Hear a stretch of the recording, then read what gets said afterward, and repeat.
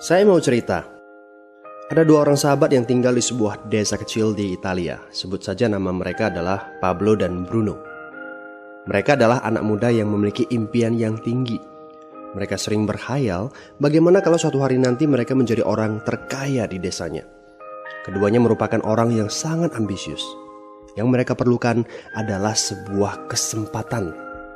Pada suatu hari, kesempatan itu pun datang. Kepala desa memutuskan untuk mempekerjakan kedua anak ini untuk membawa air dari sungai ke sebuah penampungan air di tengah desa. Keduanya masing-masing membawa 2 buah ember dan segera menuju ke sungai. Menjelang sore, keduanya telah mengisi penampungan air sampai penuh. Kepala desa menggaji mereka masing-masing berdasarkan jumlah ember air yang mereka bawa. Wow, Pablo dan Bruno senang sekali. Ini berarti impian mereka akan segera terkabul. Mereka sulit percaya jika mereka bisa mendapatkan rezeki sebanyak ini. Mereka bekerja lebih keras lagi setiap hari agar bisa mengangkut air lebih banyak. Namun, Pablo mulai merasakan ketidaknyamanan. Ia tidak yakin pekerjaan ini bakal buat impiannya terwujud. Punggungnya nyeri dan kedua telapak tangannya lecet-lecet. Kian hari, kian takut saat harus pergi bekerja. Ia pun mulai berpikir keras mencari akal bagaimana caranya membawa air dari sungai ke desanya. Pablo mendapatkan ide. Bruno, saya punya rencana. Daripada kita mondar-mandir bawa-bawa ember setiap hari, kenapa kita nggak sekalian aja buat sebuah saluran pipa dari sungai ke desa kita? Saluran pipa? Ide dari mana itu? Seru Bruno. Kita udah punya kerjaan yang bagus, Pablo. Saya bisa bawa 100 ember sehari. Saya akan jadi orang kaya. Di akhir minggu, saya bisa beli pakaian baru. Pada akhir bulan, saya bisa beli seekor sapi. Dan pada akhir tahun, saya bisa bangun sebuah gubuk baru. Nggak ada kerjaan sebagus ini di desa ini. Setiap minggu kita bisa liburan. Setiap akhir tahun, kita berhak cuti selama 2 minggu dengan gaji utuh. Kita akan punya hidup yang layak. Jadi buang jauh-jauh lah pikiran untuk bangun saluran pipa. Tapi Pablo tidak putus asa. Ia akhirnya memutuskan untuk bekerja paruh waktu. Ia tetap bekerja mengangkut ember-ember air. Separuh waktunya, serta di akhir pekan, dia luangkan waktu untuk bangun saluran pipanya. Hal itu tidak mudah. Penghasilannya otomatis menurun dan dibutuhkan waktu 1 hingga 2 tahun sebelum saluran pipanya bisa menghasilkan sesuatu yang berarti. Bruno dan orang-orang desa mulai mengejek Pablo. Dia menyebutnya Pablo si manusia saluran pipa. Bruno yang berpenghasilan hampir 2 kali lipat dari Pablo terus memamerkan barang-barang baru yang berhasil ia beli. Sapi, keledai, pakaian, sepatu baru, gubuk bertingkat 2. Bruno bisa makan mewah di kedai. Orang-orang di desa menyebutnya Tuan Bruno. Sementara Bruno berbaring santai di sore hari pada akhir pekan, Pablo terus saja menggali saluran pipanya. Pada bulan-bulan pertama, Pablo memang tidak bisa menunjukkan hasil dari usahanya. Pekerjaannya memang sangat berat, bahkan lebih berat daripada kerjaan Bruno. Karena Pablo juga harus bekerja pada malam hari. Demikian pula di akhir minggu. Tapi Pablo selalu mengingatkan pada diri sendiri bahwa impiannya dibangun berdasarkan pada perjuangan yang dilakukan hari ini. Dari hari ke hari, dia terus menggali, inci demi inci. Sedikit demi sedikit, lama-lama jadi bukit. Dari 1 inci kemudian menjadi 1 kaki. Kemudian jadi 10 kaki. Kemudian 20 kaki, 100 kaki, dan seterusnya. Bersakit-sakit dahulu, senang-senangnya kemudian. Demikian dia terus menyemangati dirinya sendiri. Sepulang kerja, tubuhnya lelah sekali. Fokus pada hasilnya. Kata-kata itu terus ia ulangi dalam hati setiap hari saat dia pergi tidur. Sementara dari bar di desa itu terdengar gelak tawa mengiringinya ke alam mimpi. Ayo, fokus pada hasil akhir. Hari berganti bulan. Saluran pipanya sudah setengah jadi.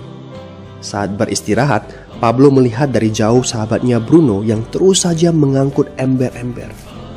Bahu Bruno tampak semakin lama semakin membungkuk. Dia menyeringai kesakitan. Langkahnya semakin lamban akibat kerja keras setiap hari.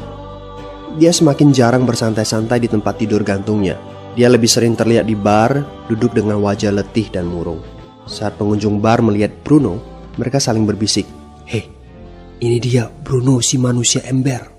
Dia lebih suka duduk sendiri di sudut yang gelap ditemani botol-botol kosong di sekelilingnya.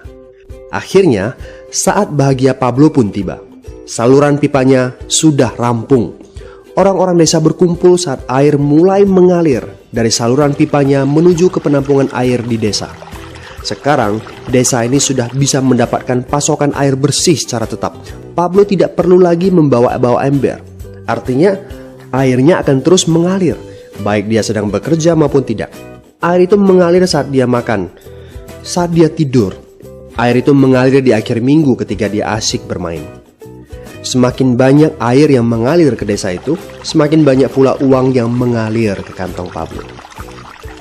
Apa moral dari cerita ini? Pertanyaan yang paling penting untuk kita renungkan adalah, siapakah Anda? Seorang pembawa ember atau seorang pembuat saluran pipa? Apakah Anda hanya mendapatkan penghasilan jika Anda datang ke tempat kerjaan, seperti Bruno pengangkut ember? Atau Anda termasuk orang yang bekerja hanya sekali saja, kemudian Anda dibayar terus-menerus, seperti Pablo pembuat saluran pipa? Jika Anda termasuk orang kebanyakan, itu berarti Anda bekerja dengan menggunakan pola pembawa ember. Anda membarterkan waktu untuk mendapatkan uang. Maksudnya, bekerja 1 jam dibayar per jam, bekerja 1 bulan dibayar per bulan, bekerja setahun dibayar per tahun. Masuk akal kan? Masalahnya, dengan sistem pembawa ember, masuknya uang akan berhenti saat kita berhenti bawa ember. Artinya pendapatan kita hanya sementara alias tidak langgeng. Kalau di suatu pagi Bruno bangun dan punggungnya terasa sakit, sehingga dia tidak bisa bangkit dari tempat tidurnya, berapa uang yang akan dia dapatkan hari itu? 0 besar. Fakta yang harus kita sadari adalah kita tidak bisa bekerja selamanya karena faktor usia dan kesehatan. Jika kita tidak sanggup membarterkan waktu kita, maka kita tidak akan mendapatkan uang. Pablo jauh hari sudah menyadari keterbatasan ini. Karena itulah dia langsung berpikir untuk menciptakan suatu sistem yang memungkinkan dia untuk terus mendapatkan bayaran baik dengan cara barter waktu ataupun tidak. Pikirkan ini. Bagaimana dengan Anda? Anda mau apa kalau besok penghasilan Anda berhenti? Apa yang akan terjadi kalau Anda dipecat? Apa yang terjadi kalau kemudian Anda sakit atau cacat sehingga tidak bisa membawa ember lagi? Bagaimana seandainya perawatan kesehatan yang mendadak yang harus Anda jalani menghabiskan uang tabungan Anda? Apa yang terjadi bila uang tabungan Anda itu langsung menguap dalam semalam? Kalau penghasilan Anda berhenti besok, untuk berapa lama Anda bisa membayar hipotek Anda? Cicilan rumah, mobil Anda, ataupun untuk biaya sekolah anak-anak Anda? 1 tahun, 6 bulan, 3 bulan, atau 3 minggu? Jelas.